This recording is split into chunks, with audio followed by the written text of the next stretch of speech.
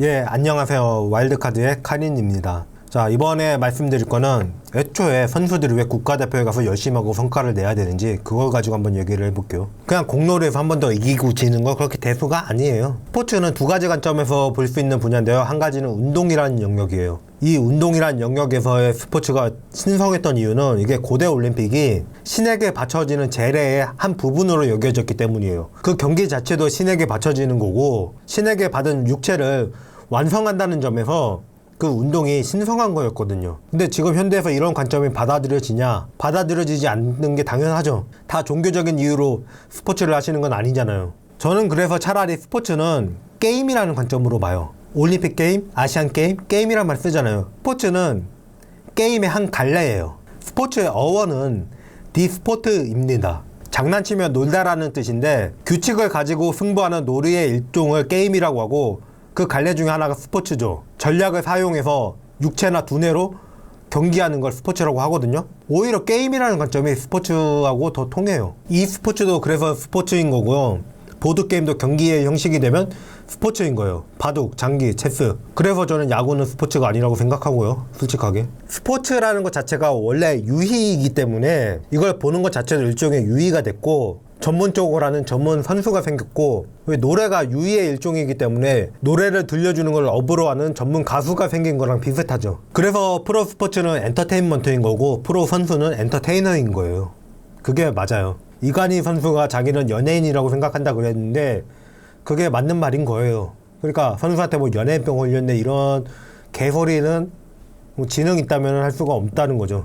비주류, 비인기로 취급받는 스포츠는 보면은 이런 보이는 유희로서의 관점을 못 살린 경우가 되게 많아요. 경기 어디에서 하는지 홍보 제대로 해서 관중을 어떻게 유치할 건지 이런 구상이 전혀 안 돼 있는 종목이 그런 경우가 많아요. 체조나 육상 이런 종목을 보면 관중에 대한 배려가 거의 없거든요.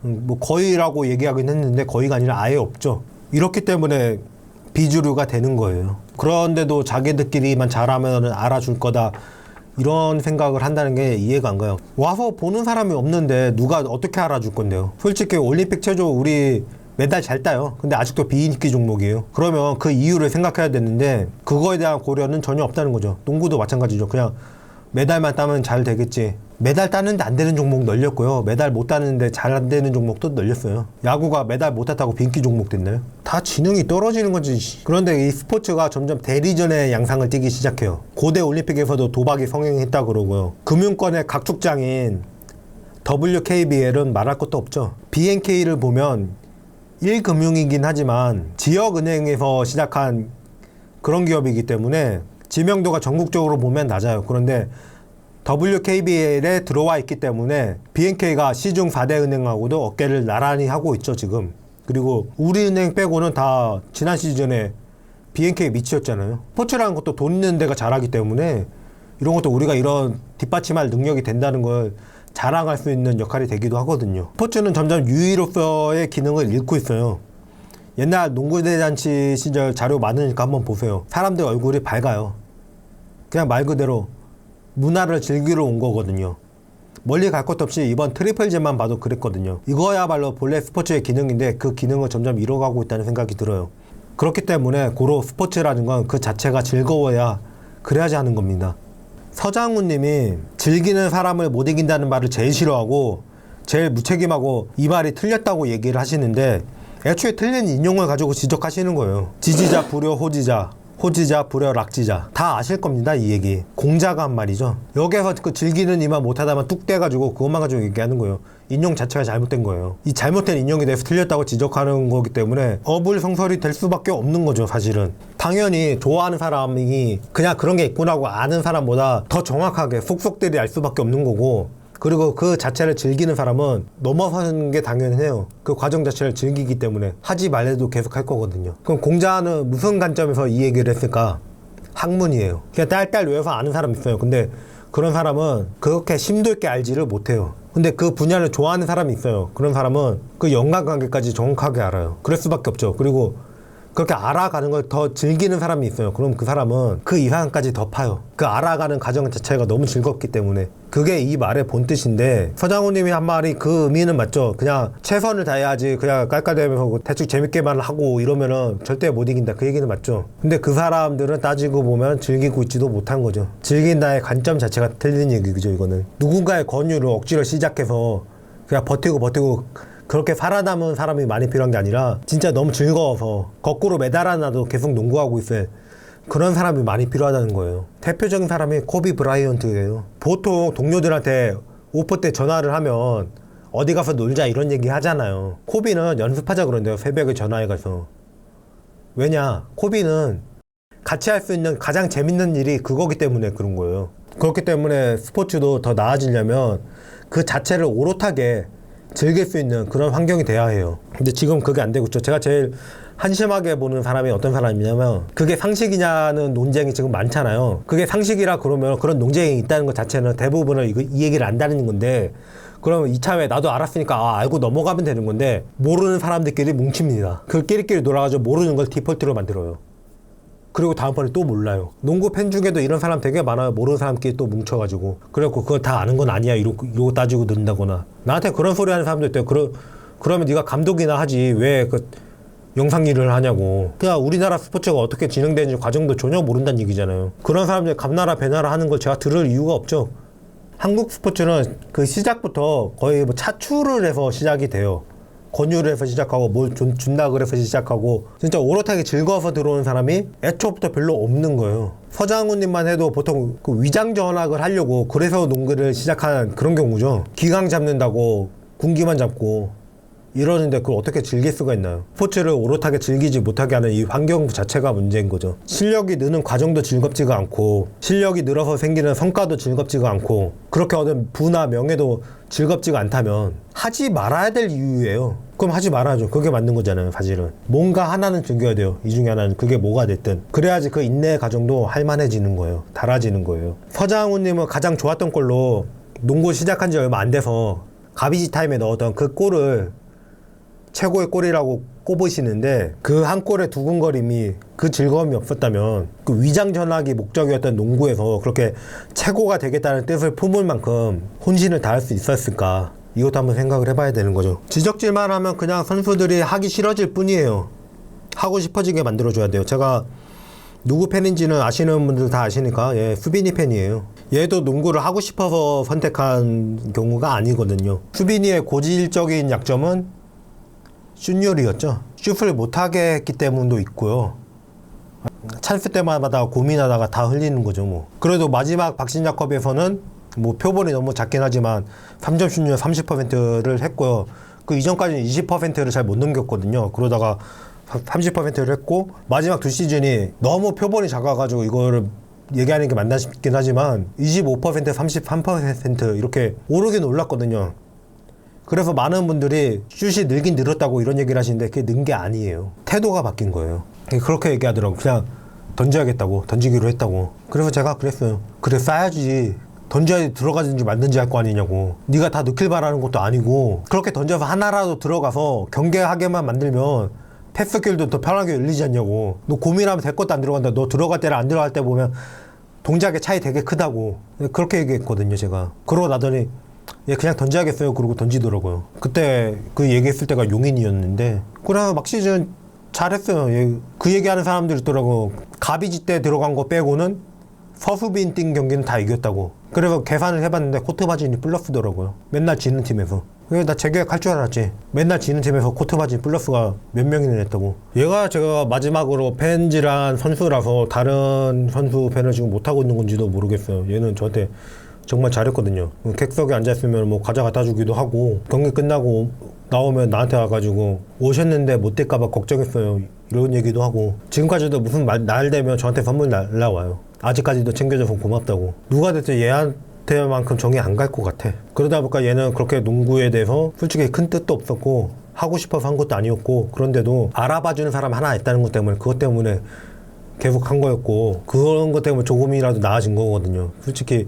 하고 싶을 만한 더 잘하고 싶을 만한 이유를 만들어줘야 되는 거예요. 근데 지금 우리나라 스포츠 현실을 보면 이렇지가 않죠. 되게 팬 문화가 비성숙하죠. 이거는 아니라고 말할 수 있는 사람이 아무도 없을 거예요. 팬 문화가 진짜 심각하게 비성숙해요. 어린애들이 그럼 이해라도 하지. 수빈이한테는 제가 걔가 별로 생각도 안 하고 싶어 해가지고 농구 얘기도 조심한다고 안 하는데 아예 농구 연락 끊고 살았더라고요. 아무것도 모르더라고요 지금. 아예 관심 끄고 산 거예요 그냥. 솔직히 얘가 소질이 없거든요 솔직히 말해서. 그 이전에도 없었고 앞으로도 얘보다 소질 떨어지는 선수가 나올 확률이 없거든요. 그런데 제가 뭔가를 얘한테서 보기 시작하면서 한번 놀랬고 그 다음에는 그거를 옆에서 다른 선수들이 하면은 벌써 역대급이 됐겠다 이런 생각이 들면서 또 답답해지기 시작하더라고. 그런데 얘도 인스타로 공격 되게 많이 받았고요. 그런데 그러니까 이거를 하고 싶을 이유가 없죠. 신지현도 인스타 자주 닫았었고요. 안혜지는 인스타도 없어가지고 최근 개설했던데 그 자기 편 영상 주는데 그거를 자기 계정이 없으니까 이소희 선수 계정으로 줬거든요. 안혜지가 인스타가 왜 없었을까요? 정말 그냥 아무 관심이 없어가지고 없던 걸까요? 그게 아닐 거예요. 인스타 다 있는데 다 삭제한 거죠. 이유는 뻔하잖아요. 박지수 얘기할 때 마지막에 양인영도 할 말이 많다고 얘기했는데요. 이류농구에서도 류동혁이 국제전 야투율을 70%를 넘은 선수를 보고 월드컵 기준 평균 1개, 아시안컵에서는 0.4개인데 3경기를 3분, 4분 뛰어서 이걸 쳐야 되나 싶어요.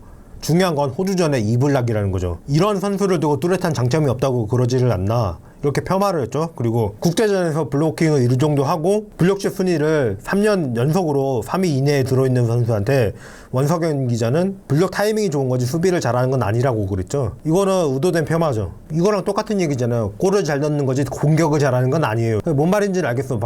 양인영이 허리 아래 공에 대해 반응이 되게 늦어요. 이런 약점은 분명히 있고 그러니까 아래 수비에 약한 점도 보일 수가 있는데 그거는 위로 잘 막으면 해결이 되기 때문에 해결이 나는 거고 국가대표에서 계속 하는 걸 보면은 센터가 수비의 핵인 이유죠. 뒤에서 수비를 조율해 주는 거. 이 역할을 진짜 기가 막히게 해요. 나가야 되는 선수 나가라 그러고 나가야 되는데 안 나가면 등 떠밀어서 나가라 그러고 그러면서 바로 자기 자리 돌아오고 이런 거 잘해요. 그리고 모는 수비도 잘하고 우리는 김단비 선수하고도 1대1 매치업 해가지고 한번 막더라고요. 그 매치가 잘 나진 않는데 아예 애초부터 코스를 막아가지고 라인 쪽으로 유도해서 막더라고요. 솔직히 그 발로 어떻게 막아 이 생각했는데 그리고 블록슛이 많이 해봐야 2개 이렇긴 한데 그게 2개만 찍으면 무슨 효과가 있냐면 못 들어오게 해요. 작년 청주에서 했던 그 라트비아하고 평가전 2차전 때 1쿼터에 그랬어요. 1쿼터에 블록슛을 3개를 찍었기 때문에 처음에 당연하게 로우로 밀고 들어오던 라트비아가 그 이후로 노를 못 밀고 들어왔거든요. 그거 아니었으면은 그 교체된 그 시점에서 밀렸다고 보는데 몇 개 찍히니까 거기서 패턴이 바뀐 거예요. 이런 효과도 있고 1대1 대응 방어도 충분히 되고 수비 조율도 잘하는데 이런 건 쏙 떼먹고 물론 그런 건 있었죠. 양인영이 계속 그런 약점 지적받았죠. 몸싸움에는 좀 약하다. 그 집안이 좀 골격이 두껍진 않은 골격이에요. 그러다 보니까 몸싸움에 약하다는 약점이 있었고 그 지난 시즌 같은 경우는 발이 아프다 보니까 이 쫓아가는 수비에서 약점이 드러나게 된 거고 이런 점 쏙 떼먹고 얘기하죠. 그리고 몸싸움 약점은 지금 솔직히 말해서 뭐 잘하고 있거든요. 지금 잘하고 있고 월드컵 이후로부터 계속 잘하고 있는데 그것도 떼먹고 얘기하고 그 월드컵 때 1승했던 그때 매치업 상대가 존코엘 존스인데 그때는 진짜 양인영이 더 낫다는 평가도 되게 많았거든요. 양인영이 들어왔을 때 안 들어왔을 때 팀의 리바운드하고 득실점 마진도 비교를 했는데 그런데도 양인영이 뚜렷한 장점이었고 그 양인영 장점이 하나 더 있죠. 트랜지션이 빠르다는 거. 높이가 됐는데 자기가 스틸에서 속공 가드하고 똑같이 뛰잖아요. 그리고 백코트 할 때도 제일 먼저 돌아와 있거든요. 원래 가드가 먼저 돌아와서 센터가 돌아올 시간을 벌어주는 역할이 가드인데 양인영은 먼저 돌아와요. 이번에 아시안컵 보고 놀랬어요. 저 뚜렷한 강점이 없다는 건 이거는 그냥 폄하죠. 그냥 그런 약점도 있었지만 그 약점은 개선을 했고 부상 때문에 그 부침도 있었다. 이게 맞는 말인 거죠. 잘하는 건 아니라고 얘기할 거면은 이런 약점이 있기 때문에 그 완벽하지는 않다. 그런데 이런 부분에서 잘하는 거 맞다. 이렇게 얘기를 했어야지. 그러니까 이류농구도 분석력은 없는 거예요. 그냥 까대기를 하는 채널인 거예요. 그냥 외려 소속팀에서 양인영이 밑에 자리를 잡고 공을 잘 받아야 되는 입장인데 그 공이 잘 안 들어왔고 이번에 아시안게임에서 호주전에서 제일 잘했잖아요. 물론 신지현하고 같이 한 그 속공도 있었지만 패스 잘 넣어준 거는 안혜지였어요. 양인영의 득점은 안혜지의 패스에서 거의 나왔어요. 그러니까 양인영도 안혜지 같은 패서를 만나면 그 호주전에서도 그 정도가 가능하다는 얘기예요. 바꿔서 얘기하면. 그러니까 팀 버프를 못 받았다고 볼 수도 있는 거죠. 그리고 양인영이 수비 조율하고 자기 위치를 잡고 일부러 뒤에 블록을 믿고 돌파하는 건 어느 정도 흘려주는 그런 작전도 쓰거든요. 그렇게만 해주면 양인영은 그 정도는 찍을 수 있고 1대1 대인 방어에서도 잘 막을 수 있다는 건데 소속팀에서는 외곽까지 확장해서 다 막아야 됐고 그 수비 조율을 하려고 그래도 이 조율이 잘 안 됐죠. 조율대로 잘 움직이지가 않았죠. 하프코트 맨투맨 썼잖아요. 하프코트 맨투맨이 문제가 우리는 건 대놓고 1층 객석에서 다 들리는데 그러더라고요. 얘 데리고 들어가서 포스트업 이렇게 유도를 하더라고요.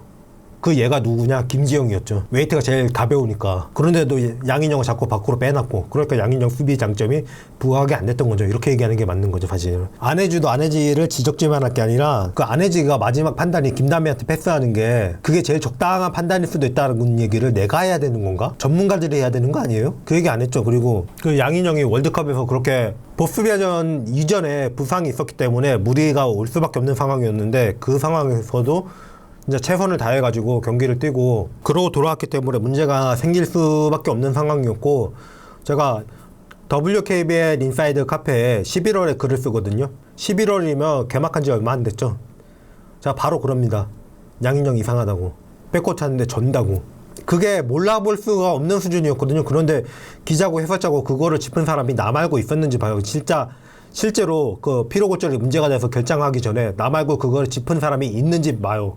누가 했는지 얘기를 해봐요. 그럼 그거를 상황을 짚어주고 지금 하나학교가 상황이 이래서 어려워질 수밖에 없겠다 이런 얘기를 해주는 게 맞았고 그때 이하은도 부상이고 이랬기 때문에 그 센터지는 제일 두터운 줄 알았던 하나학교 골밑 지금 어떡하나 이런 기사가 나오는 게 맞았고 근데 없었죠. 그리고 그 해설자라는 사람이 왜 누군지 얘기할게요. 김일두 뭐 동료들한테 미안해야 된다고 그러지를 않나. 해설자가 그 상태면은 모를 수가 없는데 보고서 지금 발 이상해 보인다고 그 얘기를 하는 게 맞았어요. 작전 타임 WKBL은 KBL도 그렇지만 우리 중간에 다 듣잖아요. 감독이 김도환 감독님이 짧게지만 삼성 시절에 양인영을 지도해본 지도자인데 경기 중에 작전 타임 불러가지고 인영이 아프면 쉬어도 된다고 그랬거든요. 그거는 팀 내에서도 양인영이 몸 상태가 안 좋다는 거 다 인지하고 있는 상황에서 양인영이 그래도 무리해서 뛰고 있다는 반증인데 그거를 아무도 캐치를 못했어요. 그러면 그 정도면 해설자고 기자들이고 직함 반납해야 돼요. 그 진짜 캐치를 못했다면. 캐치를 못한 거면 자 수준 떨어지는 거니까 다 직함을 반납해야지 맞는 거고 캐치를 했는데 그랬다 그러면 이거는 진짜 인간적으로 문제가 있는 거죠. 결국 하고 싶은 얘기는 이거예요. 국가대표 간다고 뭐 떨어지는 줄 아세요? 안 떨어져요. 하승진 님이 본인 방송에서 얘기를 하셨죠. 국가대표 가면은 불러가지고 자, 한 명한테 준다 그래도 민망한 금액은 안 밝히셨지만 그 12명한테 준다고. 경력금 그러고 사진 찍고 이런다고. 그냥 협회장의 쇼잉에 인용되는 그 정도 수준인 거예요. 지금 권영훈 회장님은 부임하시면서부터도 10억 원을 캐척하셨고 아무도 권혁훈 회장님한테 지적은 안 해요. 그 밑에 실무를 담당해야 되는 사람들이 문제라고 얘기를 하지. 저는 어떻게 보면은 권혁훈 회장님하고 지금 WKBL의 이병환 총재가 신선한 시도를 많이 하셨기 때문에 박신작하면 저는 솔직히 실책이라고 보는데 이 두 분이 계실 때가 기회인 것 같아요. 지금 제도를 바꿀 만한. 이전에 이런 시도 자체가 솔직히 없었거든요. 권혁훈 회장님 전에 누가 우리나라에 그 초청해가지고 국가대표 평가전을 열어줬으며 이병환 총재 이전에 누가 목요까지 찾아가지고 행사하면서 목요 살리기도 갔으며 국제대회 하면은 다른 나라는 새 유니폼 삐까번쩍한데 우리나라는 예전 유니폼에 몸을 맞춰서 출전하고 세탁비를 지불 안 해줘서 욕조에다가 선수들이 빨래를 하고 있고 그런데 제 기량이 나오겠냐고요. 옛날에 다 같이 이럴 때는 그래도 괜찮았지. 어느 나라가 우리나라처럼 이렇게 하면 어느 나라가 우리나라처럼 코치 한 명 달랑 데리고 나가며 어느 나라가 우리나라처럼 감독을 국가대표 감독이 장난도 아니고 알바 감독이었어요. 이런 문제도 있는 건데 이런 문제는 아무도 지적을 안 했죠. 선수 지적, 감독 잘해야 된다 이 얘기밖에 하는 얘기가 없죠. 기껏 하고 돌아들이 듣는 소리가 그건데 누가 하고 싶겠냐고. 그러니까 그 얘기 하더라고요. 그러니까 국가대표 다 안 하려고 한다고. 국가대표가 영광스러운 자리가 아니에요. 국가대표가 한다고 뭐 보상이 있는 것도 아니고 나가가지고 괜히 해외까지 나가가지고 개고생하고 오는 게 국가대표예요. 뭐 지원도 제대로 안 되고 지난 월드컵 직관 가셨던 분도 계셨는데 옛날이랑 지금이랑 달라진 게 없대요. 저는 지금 얘기는 저 물어보려다가 그분이 얘기 못하겠다고 하셔가지고 무산이 됐는데 옛날이랑 지금이랑 달라진 게 없대요. 그럼 다른 나라는 지원 어떤지 딱 뻔히 보이잖아요. 그러면 사기가 떨어지지. 그렇게 하면서 책임만 묻는 사람들을 위해서 왜 열심히 해야 되는지 그걸 얘기해 보세요. 팬들 수준도 문제라 그랬더니 팬들한테 떠넘긴다고 뭐라 하고 그래 국제대회 잘하면 된다고 이런 얘기를 하고 내가 국제대회 잘해도 결국에는 상태가 어때고 비교해가지면서 다 얘기해 줬는데 이걸 설명해보고 그 다음 그 얘기를 해보라고 했더니 설명 뚝 떼먹고 왜 아무것도 모르니까 아무 생각 없으니까. 나는 언론이고 팬들이고 결국에 이 수준 상태를 만든 거는 이 진행 과정에 대해서 직접적으로 제한할 수 있는 KBL 같은 경우는 외국인 선수제를 2m 이상은 못 들어오게 그렇게 했었는데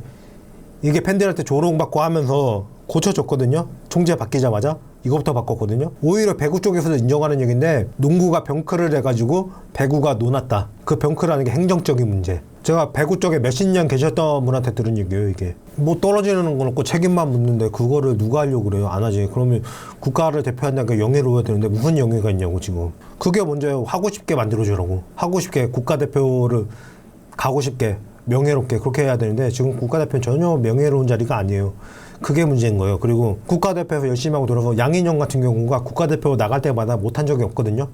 예전엔 중국전에서 팀은 졌지만 팀 내 최다 득점도 했고 호주전에서는 팀 내 MVP로 뽑혔고 월드컵에서도 활약이 좋았고 그런데 이런 부분은 다 쏙 떼먹고 다 달라붙어가지고 장점이 없다고 그러지를 않나. 그러고 나서 부상코 돌아가지고 생업에 지장 생겨가지고 팬들이고 언론이고 다 달라붙어가지고 조롱만 하고 끝났죠. 근데 왜 여기 가야 되는데 왜 가서 여기 가서 열심히 해야 되는데 가서 몸살이다가 자기 몸만 보존해서 돌아와야지. 그게 맞지. 그래야지 자기 생업이라도 지킬 수 있는 거잖아요. 그러니까 최대한 차출되는 선수를 줄여야 되는 거고 구단의 이기심이라고 얘기하는데 나는 이것도 처음에는 그렇게 생각했어요. 구단의 이기심이라고. 근데 이게 시즌 중에 치러지는 것도 아니고 시즌 중에는 KBL도 그런 경우가 있거든요. 오프 시즌인데 그런데도 각 팀에서 2명씩 이렇게 보낸다는 건 뭐냐면 그 2명 보내는 게 비시즌에도 되게 부담이 된다는 거예요. 이게 결국엔 선수들의 생업 문제로 직결이 되고 이게 구단의 이기심보다는 선수들을 지켜야 되는 목적 때문에 한 명이라도 더 지키려면 우리 팀에서 한 명이라도 더 차출이 안 되게 해야지. 나 이게 목적이라는 생각이 들어요. 지금에 와서는. 그냥 한 명이라도 지키려는 거라고. 그러면 국가대표 안 내보내야 되는 게 맞는 거예요. 잘하고 있는 거예요, 차라리. 예전에 김소담도 그런 소리 들었거든요. 무슨 국제용이냐고. 그런 소리를 할 게 아니라 김소담이 그때는 KDB였거든요. 소속팀하고 환경이 많이 다르다는 거 그거 캐치를 했어야지. 그건 캐치하기 귀찮고 그냥 욕하는 게 즐거우니까 그걸 하고 있는 거잖아요. 솔직히 말해서. 욕하는 게 즐거우니까 욕할 거리만 찾는 거잖아요. 그냥. 기자들이고 팬들이고 그리고 팬들이 그런 걸 좋아하니까 기자들도 그런 거를 계속 팔 수밖에 없는 거고 난처한 질문이나 하면서 욕할 거리 만들어주는 거고 그게 맞잖아요. 그러니까 팬들 수준이 제일 최선의 문제가 맞다고. 차라리 국가대표에서 잘하고 돌아오면 어느 정도 성과를 약속을 해주든가 휴가 기간에 개고생하고 있는 거잖아요. 그 성과에 대한 보상을 약속을 해주든가. 국가대표 훈련비도 되게 얼마 안 되는 걸로 아는데 소집하면 훈련비를 받긴 받아요. 그런데 얼마 안 되는 걸로 하고 그 나라에서 지원되는 것도 우리나라는 농구는 뭐 거의 뭐 찍혔죠 뭐. 예전부터 나라에서 지원된 돈이 있었는데 그거 어디에 썼냐고 물어보면은 농구는 할 말이 없다고. 방열 시절부터 그 농구협회장 대대로 큰 사업을 하게 되면 쓰라고 내려온 돈이 있는데 그거를 방열 회장이 돈 구할 데가 없어가지고 거기에서 운영금을 빼다 썼다 이런 얘기도 들리고 위에서부터 안 바뀌고 그 수요자의 수준부터 안 바뀌고 어떻게 문화의 수준 자체를 개선할 수 있는지 나 그게 이해가 안 가요. 일본 음악 같은 경우는 일본 음악 시장이 세계 2위예요. 그리고 옛날 일본 음악은 되게 굉장한 게 많아요. 일본에서 리메이크 하는 음악도 우리나라에 많았고 근데 지금은 역전됐죠. 왜? 결국에는 가수들이 춤 노래 연습 안 해도 된다 이런 소리 하게 만들었으니까. 완벽하게 돼서 나오는 그런 가수를 선호하지 않으니까. 그러니까 수준이 그렇게 된 거죠. 거기에 맞춰가는 거지. 모든 문화에서는 수요자들의 수준에 그대로 맞는 문화를 갖게 돼요. 국가대표가 잘 안 되면 국가대표가 잘 안 되는 원인부터 짚어야죠. 원인은 결국에 따져 올라가면 선수가 너무 없는 거고 예전처럼 국가대표에 대한 지원이 없는 거고 예전처럼 국가대표가 명예롭지 않은 거예요. 왜? 갔다 와가지고 개고생하고 왔더니 조롱이나 하는데 이걸 누가 하고 싶냐고. 안 해야지 맞는 거지. 난 진짜 미안한데 선수들 한 번씩 바본가 싶은 생각이 들어요. 이거 왜 또 나가냐고. 가진 핑계를 대고 빠져야지. 근데 얘들 군말 없이 하잖아요. 그냥 나라에서 불렀다는 이유로 군말 없이 가잖아요. 그러면 그리고 나서 정작 리그에서 잘 못 뛰잖아요. 그러면 자기 가치가 깎여요. 연봉이 깎여요. 자기 몸으로 먹고 사는 건데 몸이 재산인데 뭐 국가대표 나가서 국가대표가 어느 정도 활약했다고 했고 누가 이경은만 잘했다고 축해 세워주더라고. 근데 솔직히 말할까 이경은 중국전 한 경기 잘했어요. 나머지는 관심이 없더라고. 이런 와중에도 선수들이 정말 헌신하고 있구나 이런 거에 가치를 두고 보는 게 아니라 그냥 끝나면 누구 물어뜯는 거 그걸 즐거워하니까 문화 수준이 그렇게 되는 거지.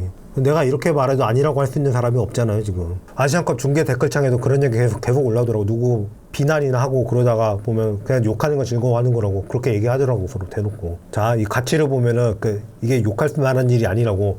지금 일련의 상황을 말하 이러면은 자기가 지적받았으니까 외로 다 나한테 욕이나고 있고 지들 수준에 까발려졌으니까. 이류농구에서 그 방송에서 그 제가 말하는 건 그 이전에 아시안컵 끝나고 하는 방송 얘기하는 거예요.